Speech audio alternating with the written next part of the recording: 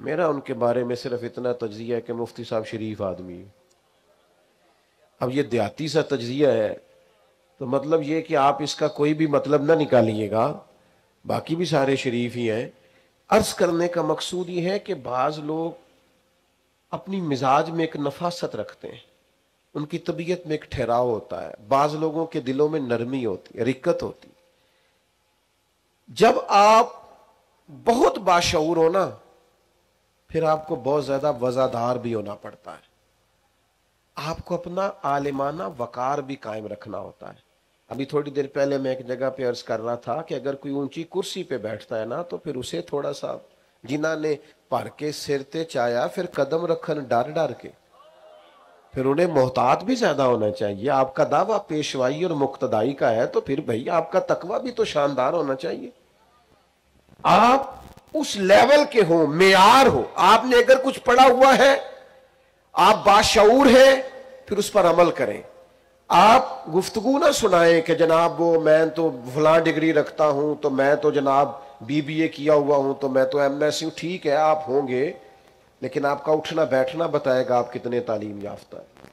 میں ایک دفعہ فلائٹ میں سفر کر رہا تھا، عمرے کی فلائٹ تھی، تو ایک بزرگ داخل ہوئے، تو اب ظاہر ہے سارے لوگ تو نہیں نہ جانتے، اکثر سفر نہیں کرتے، عمرہ شریف کا سفر بہت سارے لوگ دیہاتی بھی کرتے ہیں اور کئی دفعہ پہلا بھی ہوتا ہے۔ تو جس طرح ان کو اندر آئے، جو سیٹ خالی دیکھی اس پہ بیٹھ گئے، تو وہ عملہ جہاز کا ان کو اٹھانے لگا کہ آپ یہاں سے اٹھیے اور سیٹ نمبر جو ہے آپ کا اس کے مطابق آپ اپنی نشست پہ تشریف لے جائیے۔ تو پیچھے ایک جوان بیٹھا تھا، تو وہ کہنے لگا ہے ساڑھے پنڈ دے بندے نہیں سیانے ہو سکتے، کدھر تعلیم پڑھی ہوئے تو انہوں نے پتا ہوئے نا۔ تو میں نے پیچھے پلٹ کے دیکھا، میں نے ان سے کہا بزرگ آپ کے گاؤں کے؟ کہنے لگے ہاں۔ تو میں نے کہا تعلیم ہے آپ کی؟ تو انہوں نے کوئی ماسٹر کی ڈگری بتائی۔ تو میں نے کہا اس وقت آپ کے ہاتھ میں ڈگری ہوتی تو پکڑ کے پھاڑ دیتا میں۔ اگر آپ کو پتہ چل گیا تھا یہ آپ کے گاؤں کے ہیں، بیچارے سادہ ہیں، تو پھر تو آپ کو اٹھ کے ان کو پکڑ کے لانا چاہیے تھا، پھر تو آپ کو ان کو نشست پہ بٹھانا چاہیے تھا، سیٹ بیلٹ اپنے ہاتھوں سے باندھنا چاہیے تھا، پانی کی بوتل پیش کرنی چاہیے تھی، اور یہ کہنا چاہیے تھا بزرگوں میں فلاں جگہ بیٹھا ہوں، ضرورت پڑی تو آواز دے لیجیے۔ یہ سکھایا آپ کو؟ یہ تو آسان کام ہے کسی کو جاہل کہہ کے جان چھڑانا، تو آسان ہے، لیکن میرے نبی کریم کا کمال یہ ہے کہ حضور نے جاہل کہہ کے لوگوں کو چھوڑا نہیں، بلکہ پکڑ کے عالم بنا دیا ہے، مقتدا اور پیشوا بنا دیا ہے۔ خود نہ تھے جو راہ پر اوروں کے رہبر بن گئے، خود نہ تھے جو راہ پر اوروں کے ہادی بن گئے۔ وہ کیا نظر تھی جس نے مردوں کو مسیحا کر دیا، وہ کیا نظر تھی جس نے مردوں کو مسیحا کر دیا۔ تو شعور بانٹے، شعور۔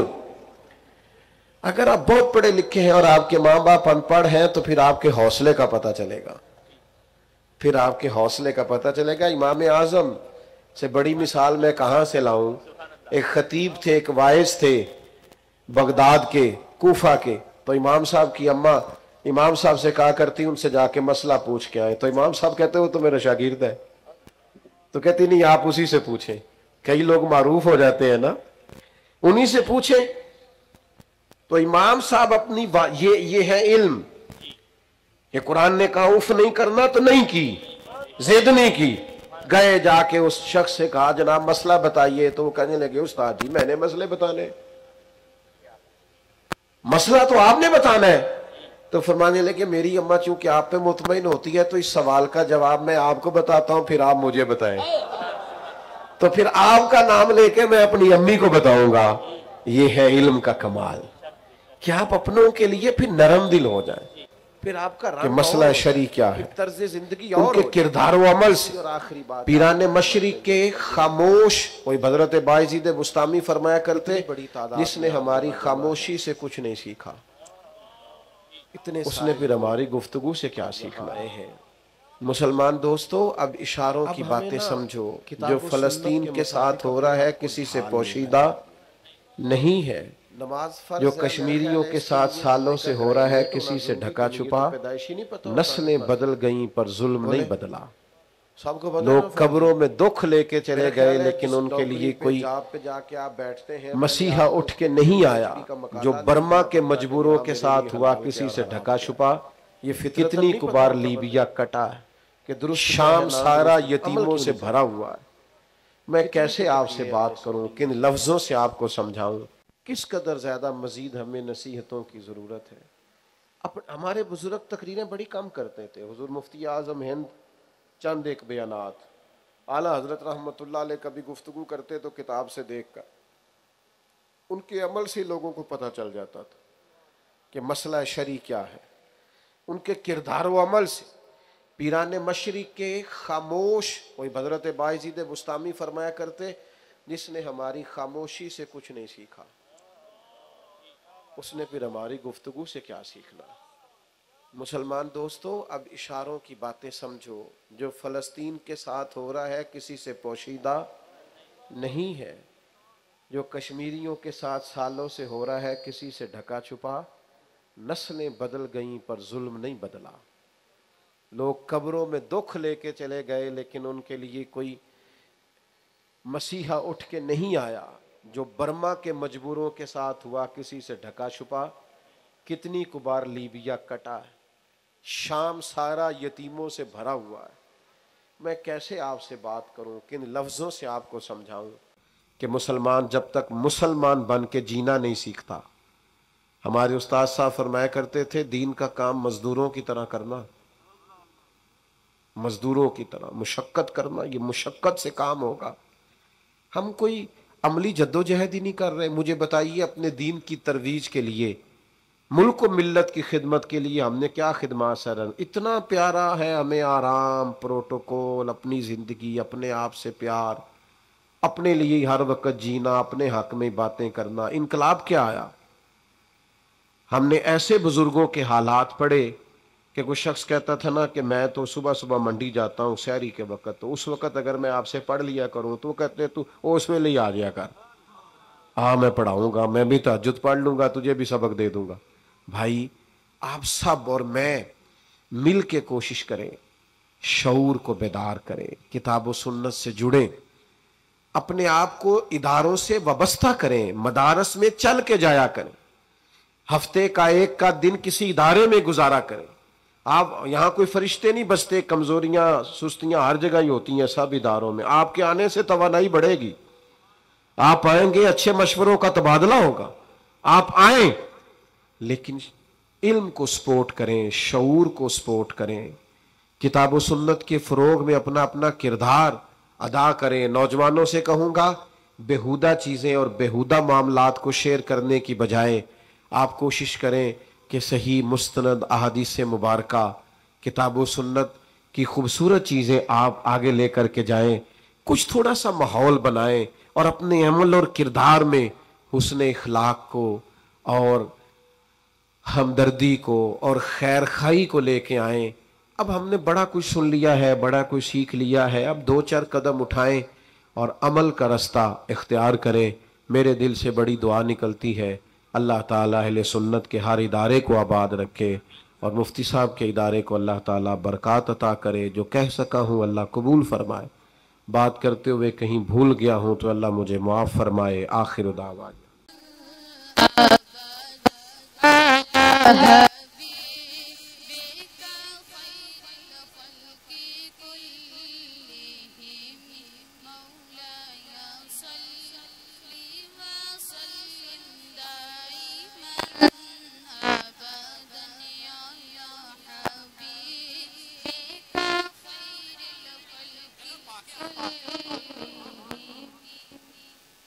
مولاي صل وسلم دائما ابدا. محمد سعد بن محمد عاطف عاشر علی. مولاي صل وسلم دائما ابدا على حبيبك خير الخلق كلهم. محمد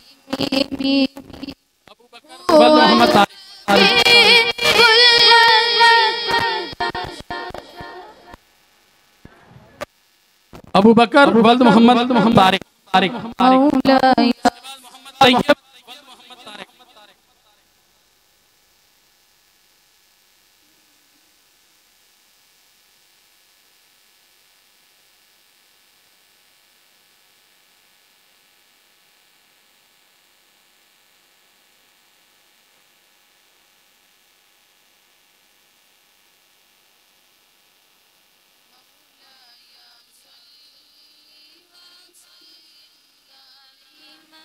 عبداللہ ولد عبدالستار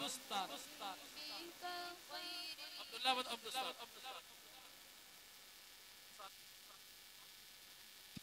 یہ مکمل ہو گئے حفظ والے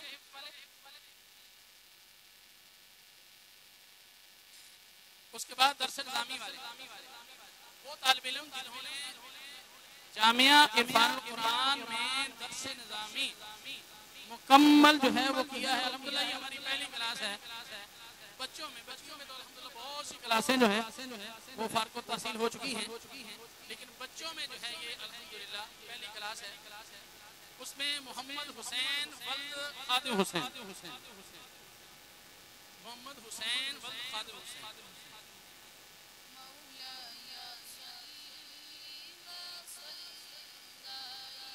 محمد حسین ولد خادم حسین اس کے بعد شاہ امیر حسن ولد شبیر حسین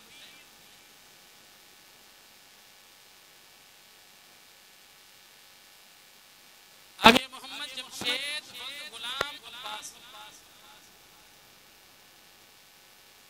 محمد جمشید ولد غلام عباس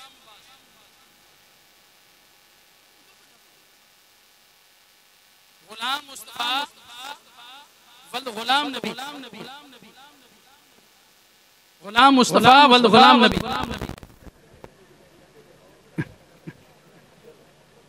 مفتی محمد امان اللہ صاحب یہ ماشاءاللہ بہت بڑا ادارہ بھی چلا رہے ہیں جسو گلیل کے اندر جنگ سے ان کا تعلق ہے اس کے بعد مفتی محمد ندیم صفدر صاحب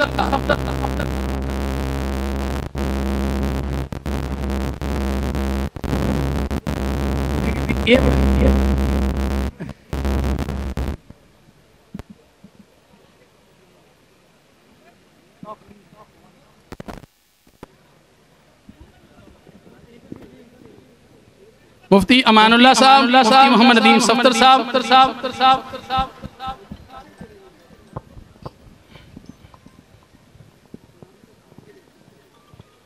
اس کے بعد مفتی عبد الواحد صاحب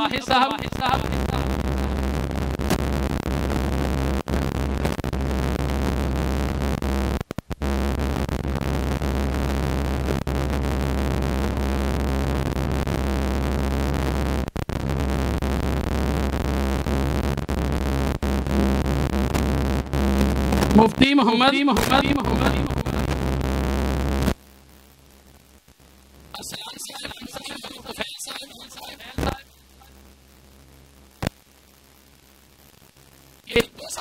پہلے سال جو ہیں ہمارے 6 طلباء جو ہیں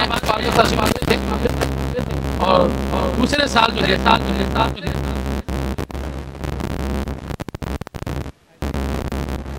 محمد لائق نواز مفتی محمد لائق نواز مفتی محمد ابو بکر صدیق مفتی محمد تنویر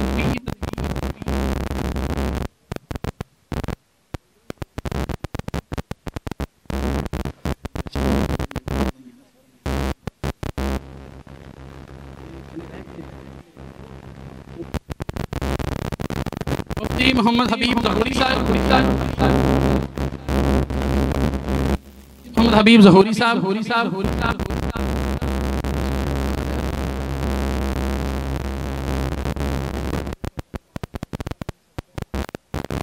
مفتی محمد ارسلان مفتی محمد عارف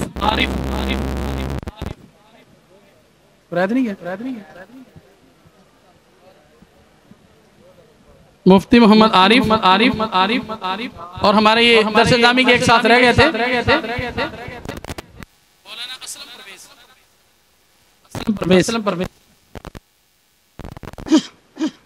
اصل میں معذرت میری ڈائری ڈوری ساری ادھر ہی رہ گئی، اس میں نے سارے ترتیب کے ساتھ نام لکھے ہوئے۔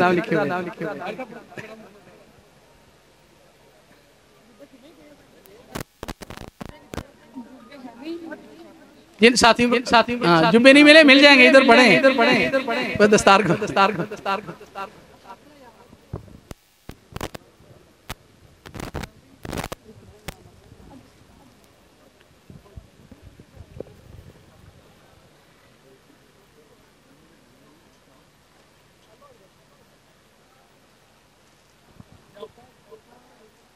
جی کوئی ساتھی رہ تو نہیں گیا مجھے بتا دیں،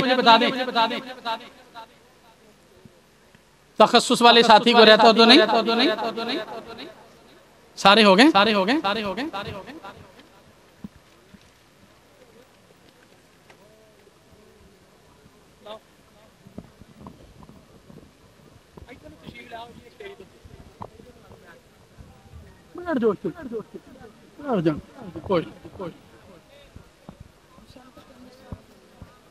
ٹھیک ہے، گزر جو۔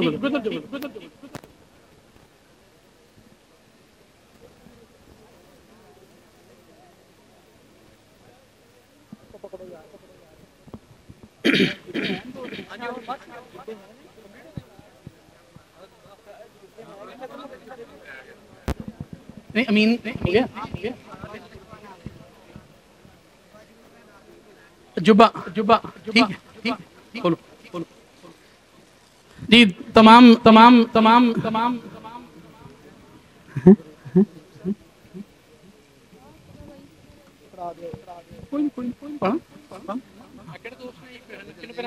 سامعین وطن بس انتظار کی گھڑیاں ختم ہوئی۔ ویسے میں چند الفاظ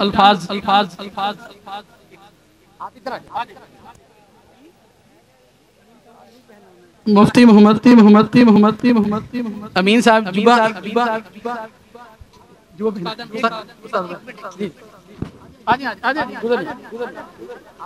آجو